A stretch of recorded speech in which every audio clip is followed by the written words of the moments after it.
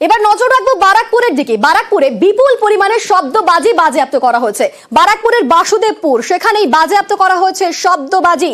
৭৭ KG নিষিদ্ধ বাজি সহ ধৃত ২। পুলিশের অভিযানে উদ্ধার নিষিদ্ধ বাজি। আমাদের সঙ্গে রয়েছেন প্রতিনিধি অরুণ। অরুণ, কি খবর পাচ্ছে?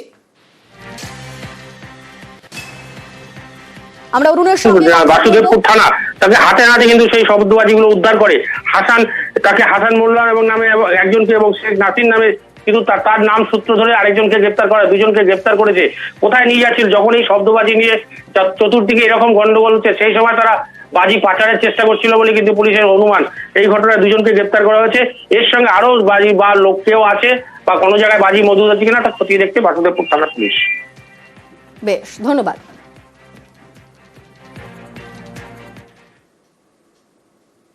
ফের খাঁচাবন্দি চিতাবাঘ। জলদাপাড়া জাতীয় উদ্যান লাগোয়া শালকুমার প্রধান পাড়ায় খাঁচায় বন্দি চিতাবাঘ। স্থানীয়দের দাবি, কয়েকদিন আগেই চিতাবাঘটি এখানে ঘাঁটি গাড়ে। এলাকার বাছুর, ছাগল, শুয়োর সবকিছুই সাবার করে সেই চিতাবাঘটি। চিতাবাঘটিকে জালে আটকাতে গিয়ে এক বনকর্মী জখমও হন। অবশেষে ছাগলের টোপ পাতা হয় আর সেই টোপেই ফাঁদে পড়ল চিতাবাঘ। তাকে উদ্ধার করে নিয়ে গিয়েছেন জলদাপাড়া জাতীয় উদ্যানের কর্মীরা। কয়েকদিন ধরে এলাকায় চিতাবাঘের তাণ্ডব। চিতাবাঘকে জালে আটকাতে গিয়ে জখম হন বনকর্মী।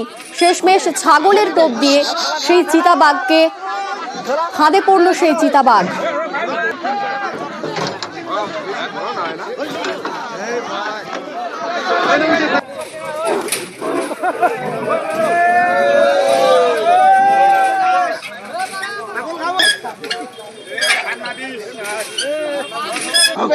খেলি নেই